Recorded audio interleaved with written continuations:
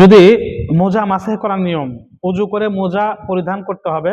তারপর যদি সে মুসাফির হয় 3 দিন 3 রাত পর্যন্ত, এবং সফর না হলে মুকিম হলে 1 দিন 1 রাত পর্যন্ত মাসে করতে পারবে। যে অজু করে মোজা পরিধান করা হবে সে অজু ভঙ্গ হওয়ার সময় থেকে এই 3 দিন 3 রাত ও 1 দিন 1 রাতের হিসাব ধরা হবে।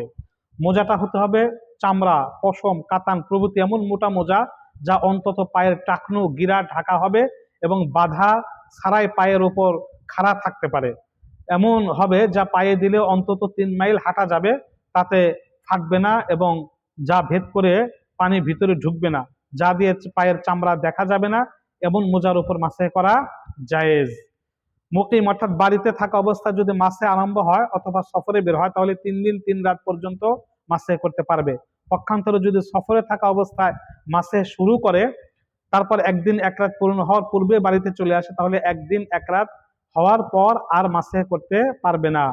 মাসে করার তরিকা: উভয় হাতের আঙ্গুলগুলো পানিতে ভিজিয়ে উভয় পায়ের পাতার অগ্রভাগে রাখবে এবং সম্পূর্ণ মোজার উপর আঙ্গুলগুলো চাপ রাখবে, এভাবে টান দিবে। আবার বাম বাম হাতে রেখে এভাবে টান দিবে। এভাবে টান দিলে মাসে হয়ে যাবে। উপরিভাগ থেকে অর্থাৎ সামনে থেকে পিছনের দিকে আসবে, পায়ের আঙ্গুলের ভাগ থেকে। যেসব কারণে মোজা মাসা ভেঙে যাবে, যে কারণে অজু ভেঙে যায়, সে কারণে মোজার মাসেও ভেঙে যায়। উভয় মোজা বা কোনো একটি মোজা খুলে ফেললেও মাসে ভেঙে যাবে।